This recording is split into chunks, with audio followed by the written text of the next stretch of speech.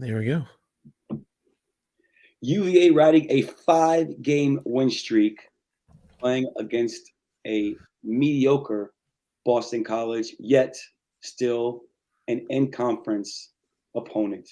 Hello, everyone. Welcome to the Locker Room Access Pregame Show.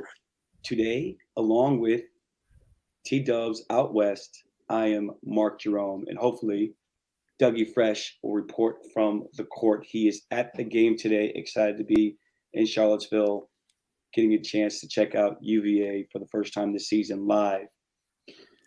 T-Dubs, it's me and you, baby. That's right. We are playing well. We are playing really well right now. BC is not that strong this year, hasn't been that strong for a while. We have a chance to notch our 8th victory in conference this year. Looking like if we play fairly well, we should get that and remain a game behind Clemson, depending what they do later today. We talked to Jay Willie the other day, talking about, okay, midseason, how important is to be ranked? How important is it to get these wins right now? And he just says, Jay Willie takes that one game at a time stance. Yep. At the same time, my feeling is you have to be thinking about the future. Like, it's very important to position yourself first or second, third or fourth at worst going into the ACC tournament. Agree? Yeah. I mean, can you do that in one game? No. I mean, I think that's how they look at it, right? It's just like, yeah, of course we want that. We want to win the ACC, but you can only do that by facing the next opponent head on. So I'm sure everyone else still thinks about the stuff. It's just like hard to do anything about it, right? Like everybody wants to be number one, looks at the standings and understands the implications, and there's not much they can do about it. That's kind of my guess as to how it goes down, right? Like you got to beat BC. Like they're not a great team. But you can't overlook them. But I can imagine, every ACC game is tough. It's not going to be a cakewalk for us. So every game, and when you look at games that have happened this season, and you look at Duke getting blown out by NC State, the score was closer than the game probably was. Right. BC took. They beat Virginia Tech, right, and Notre Dame, I think. Yep, and Notre Dame's been struggling this year too. So you can't ever count out a team, right? And they're not a D3 team. They're a strong team. But this is an important win. I mean, I just hope the guys don't go into this overconfident. We got this. We don't have to play our hardest. Right.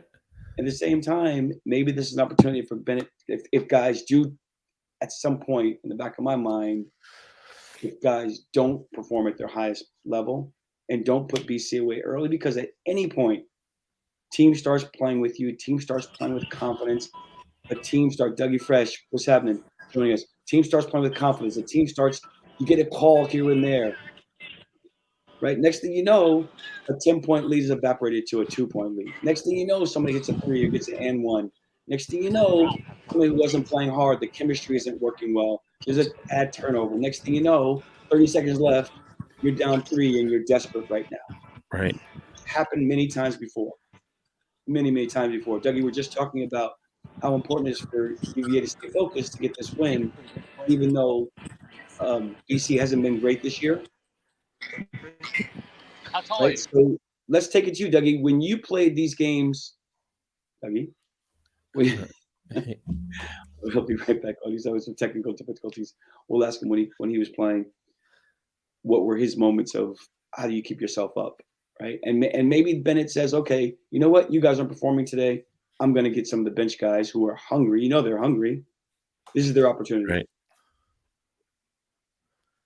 Right? You've got, McNeil has been playing great. He's a first year, so my guess is he's going to try to play with the same energy. But you do have Tane. You've got Caden, who's got something to prove, right? Poppy.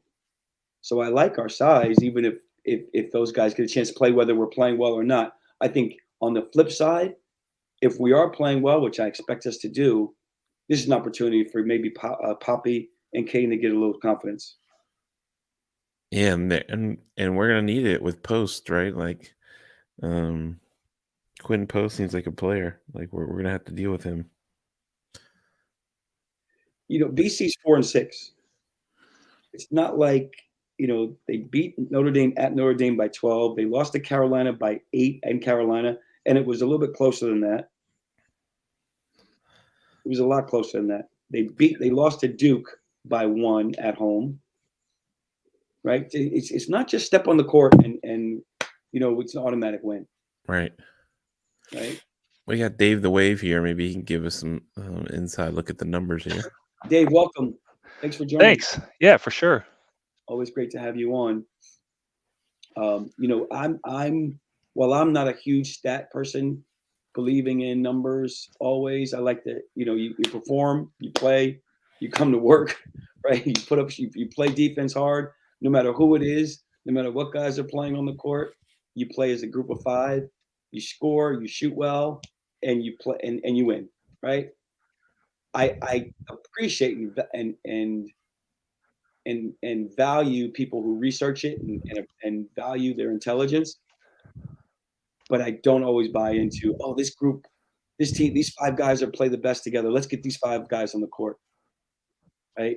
But I do value you, so I don't mean to diminish what you do at any rate, any way.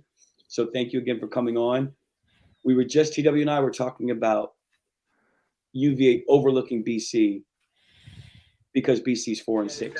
We're have a chance. We're fighting a 5-game win streak. Dougie, Dougie, you're the greatest. Dave, any thoughts on what UVA needs to do today to secure this win? Yeah, I think we had talked not a whole lot of activity in chat we're live on to location. the We're game, tailgating. but my first time ever tailgating at JPJ. There you go. We got Mark Donahue and Junior. It's his birthday. There's the illustrious JPJ. We're headed in, man. Looking forward to your live report. We'll be sitting with Sean Singletary, jersey in the rafters, and we'll try to get him on at half. Dougie, where are your seats? Where are your seats? No, I didn't say what's the weather. I said, where are your seats? I think we lost him. Okay, Dave. Yeah, I was just going to say, so their best player right now is Post. He's been healthy for only the last 8 games. He had a foot injury before that. You could see the improvement. He was a transfer a year ago, so second year at BC. You could see the improvement last year. He got a lot more chances to play last year. He was starting to come on. Kind of reminded me of Jay Huff his junior year, his redshirt junior year, where he was still kind of not double figures yet. But this year, you talk about 50, 40, 90 guys as something. This guy's right now in 8 games is 57, 44, and 96 shooting splits. It's crazy. So he's like a Dirk Nowitzki type as far as his shooting ability. So my biggest thing defensively would be force the guards to make outside shots because they haven't been this year. They're low 30s, high 20s. Langford, and his name's skipping my mind right now, but the point guard that's kind of a tough little stocky guy. His body type reminds me a lot of Jalen Brunson. Not his game, but his body type. But he's a poor man's Jalen Brunson the way he plays. He likes to play physical. Kind of reminds me of a shorter. Remember Hildreth from Wake last week, where he plays really physical. That's their point guard. Mackay is also pretty physical from the guard spot. But defensively, my concern would be if we overhedge and they get the ball to post, that third defender, that next help defender, is going to have to meet him on the catch, that tagger, which we're usually used to those big guys diving. This guy is not a diver. He's a shooter. So whoever that tagger is going to have to, if they decide to hedge, is going to have to be there on the catch and not let him shoot because he's at 7'2". If it's Gardner and he's late at 6'5", he's not going to bother a shot at all. If it's done, hopefully he's quicker and can get over there faster. But to me, that's the challenge. And then force the other guys to, pack line is good for these guys, I think.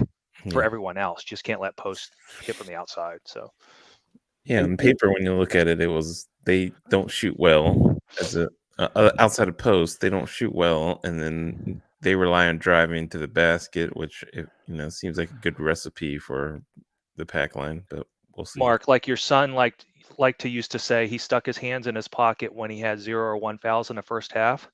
So Kihei, learning the lesson from the weight game, Kihei and Reese are going to have to put their hands in the pocket in the first half because they're going to drive a lot.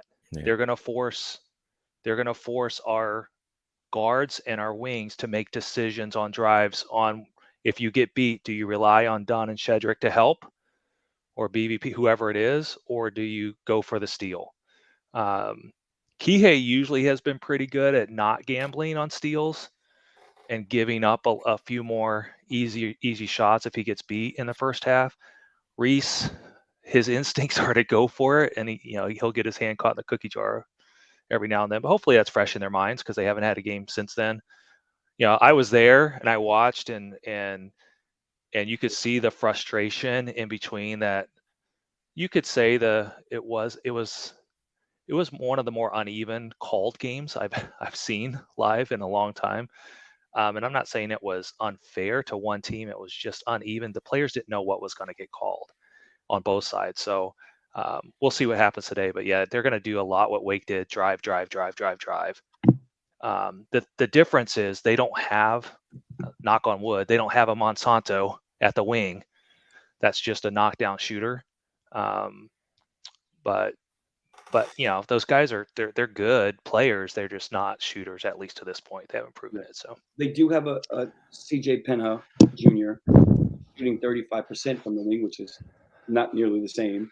Who's a 6'7" forward, but traditionally, the pack line struggles with 7-foot shooters who hang out, who pick and pop, right? Yep. And I want to go They back. Just to be clear to the audience, I want to explain 50, 40, 90. I think most people are going to know, but just in case you don't know, it's 50% from the field, 40% from three, and 90% from the free throw line. So traditionally, with this offense, with the pick and pop offense, on the hedge, UVA struggles with containing a big shooter. Right? We saw it. We've seen in the past. We've seen some teams stay in games. And the pack line, if teams are also going to shoot really well from the outside, can cause some problems. I remember Duke playing, just shooting the lights out at home a couple of years ago, and RJ Barrett just shot Jason Tatum, RJ Barrett, both those games, they just shot the lights out for some reason. Tatum. Right? that's a great call out. I have heard from fans saying, why is it that teams that don't shoot well get right against us? Duke, I think in that instance, their length wasn't bothered by our lack of length on the wings. So I'm hopeful that Dunn at some point gets some play at the 3, and you can play, or if he does come in at the 4, I'm hoping Shedrick can get a little more run. I don't know if BVP can handle post on when they're moving a lot, because if he's late on closeouts, he's not nearly as athletic as either Shedrick I don't even mind Shedrick closing out hard and making post a driver, because I don't think he's great at it. But I remember both those Duke games, and they got right on threes against us. That was for sure. If Dunn were to come in to play the 3, how much offense do you sacrifice, and where's your offense going to come from? I think if he comes in at the 3, you keep Vanderplas at the 4, and it's when Shedrick's at the 5. Okay. And I think there's enough offense there. Now, it means it's probably in short spurts, and it means I think one of Kihei or Reese aren't in the game, and it's probably McNeely or Franklin with them. We've seen on average it's about 7-8 minutes a game where Kihei and Reese are out. It's usually been alternating for each other. So when one of them alternates, it's usually that first or second sub pattern. One of them comes out. Sometimes it just depends on if one of them picks up a foul, who goes out first. And that's when McNeely comes in. You could bring McNeely and Dunn in together and take out Gardner, for example, because I think with Gardner in, the spacing problem is there anyway. So I think it works. And I think defensively, and if you know anything about me, I'm more offensive than defensive, especially with the skills we have on the wings this year. But Defensively, I think Dunn can make up for some of those stretches and maybe get some transition going with some of his defensive, passing lane, block shot stuff. And especially if it's Reese with Dunn, those guys can get out and run a little bit more, I think. So anyway. I like that lineup, Dave. I really do. I think that's a great lineup. And it's kind of a preview of next year, right? When we can roll out Reese, Isaac, Dunn, Isaac, and whoever else at centers, Buchanan or Shedrick, either way. Yep. Or even Gertrude. You put those athletes on the floor, man, they could they can run all day. If Dougie's listening, you just made his day. Yeah, I have heard some rumblings. I don't know if we want to get into what we're hearing about next year. Have you heard anything about Armand coming back or not? Have not. Hey, we've got a couple of comments. Okay. From the audience. Not just for 4 minutes. All right, Jen, I like it. Jen would like to see Poppy and Caden play a little bit more extended minutes, right? Bill Byron said we need to focus on this game and not look ahead to Syracuse on Monday, which can happen, right? Absolutely. That's Syracuse is playing really well. We need to be focused on this game. I think Jay Willie does a really good job, and I think TV does a really good job of keeping the guys focused on what lies ahead right in front of us. Danny Alter, my man Danny, DA, said Dougie needs to go right to the game. Beekman souvenir cup. Beer stops. Nice. So T-Dubs, I missed one of them. I don't know if you can pull it up.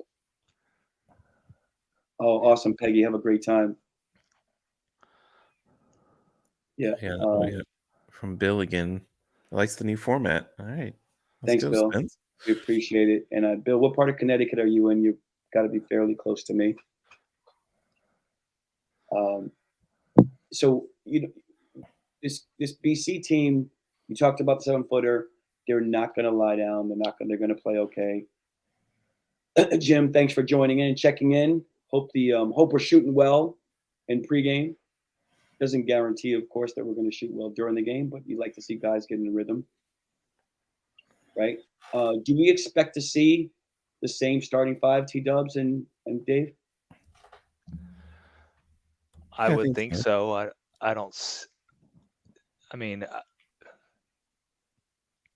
the only change I could see is Dunn starting for Gardner, but I don't think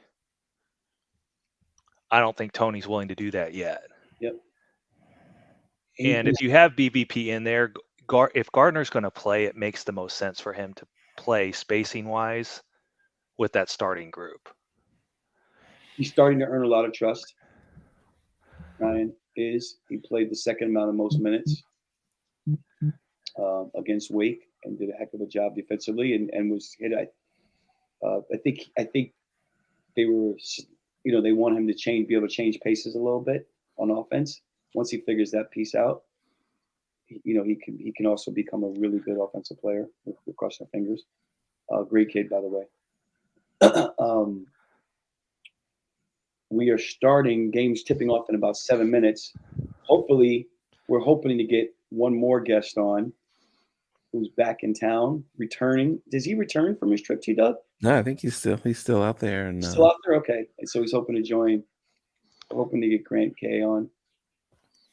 He just checked in. Hopefully he's going to join us and talk a little bit about his European tour, which would be a preview to what we're hoping to have on February 11th.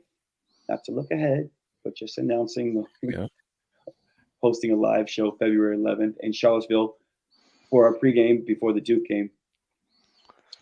T-Dub, we've got it. Dave, here we go. Here we go, GK. Welcome. Thank you for fellas? That's good. Where are you? I'm in Varese, Italy right now. Thomas, his game starts in about an hour. For Thomas's game. Nice. Yeah. Awesome. When I come back in my next life, I want to be Grant Kersey. I had to make sure to check in while I was away. That is amazing. So who have you seen play so far? So I saw Cody Stadman play in Australia and then a game in New Zealand. and then Thomas will be the second UVA guy I've seen so far. What game did you see? You saw Cody play twice? Cody played once, so he played in Brisbane. And then I saw a game in New Zealand with Jack for a team that Jack used to play for, but there weren't any UVA guys playing. Okay. And Because Jack's retired, right? Yeah, he's not playing anymore. He is, yep. just Okay. recently announced his retirement. Yeah. Did he say he missed it? Yeah, of course. Why did he retire? He just had knee surgery, so he's just rehabbing and trying to get his body back healthy, and just was kind of at peace with the decision to kind of start his next career and figure out life after basketball. Okay. Did you see Jack's mom? Yep, of course. Did she tell any dirty jokes or curse a lot? Nah, she didn't. She didn't. So you got Thomas coming up today. How long are you in Italy? So I'll be in Italy for 2 more days, and then I'll go see Carson. Then I'll come back to Italy to see Devin, and then I'll go to Spain to see Kyle and Mike. That is, what an amazing trip that is, too. Yeah, it's cool. It's cool to have UVA guys all over. Are you collecting any shorts or jerseys? Nah, I might try. We'll see. Come on, G, you got to. Get a headband or No, I something. might. Something. Yeah, something. You got to bring that home. You got to have some memorabilia from each country you visit and each team. Yeah, no, for sure. I got some good photos. I packed light, so I don't have a lot of room to bring stuff home. You can buy a suitcase out there. Yeah, nah, I was thinking about it. Did you get some video For any of the games? Yeah, I got a couple. I try to get some tonight at Thomas as well. Yeah, please. How's Thomas playing? They're having a pretty good season. It seems like he's been playing pretty well. I think he said he gets like 25 minutes a night.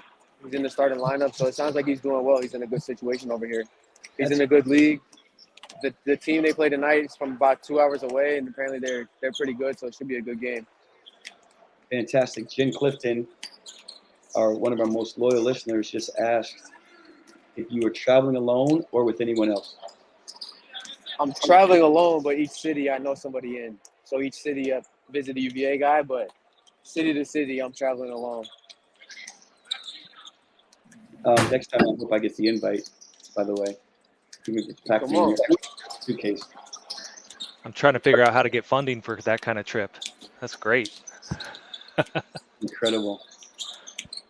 Yep, Bill, exactly right. And who can forget Thomas's big-time game-winning shot versus UNC in Chapel Hill? Right. So That was tremendous. I was right there in that corner where he hit it about 20 rows up. That was one of the Chapel Hill games I was at. It was great to be cheering amongst 20,000 enemies. What a great place to watch a game. All right, Grant, so you've seen Cody. You're about to see Thomas. You're going to hang out with Thomas for a couple of days. Please tell him hi, right? I will. And we'll miss him. You got Kyle and Mike Toby coming up, and Devin. So Devin's also in Italy. Where is he in Italy? So he's in Milan. So Milan is about 45 minutes south of Varese, which is where Thomas is. Okay. And what's the difference between Devin's team and Thomas's team? So Thomas is in First League Italy, and then Devin is in Euro League. So Thomas's team plays. I could be wrong. I'm trying to learn this now because it's a little bit different over here than the NBA. But so Thomas plays only teams within Italy, and then Dev plays teams all throughout Europe. But Dev's team plays up and down. So Dev's team will play against Thomas's team a few times during the season. Oh, that's awesome. Have they played against each other yet? I think they played twice. And I think Dev's team beat them both times.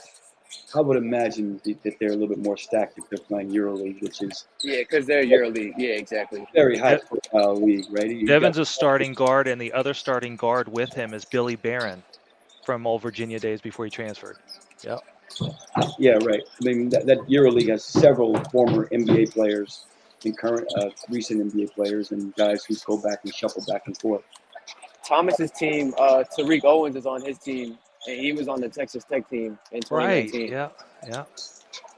He started at St. John's.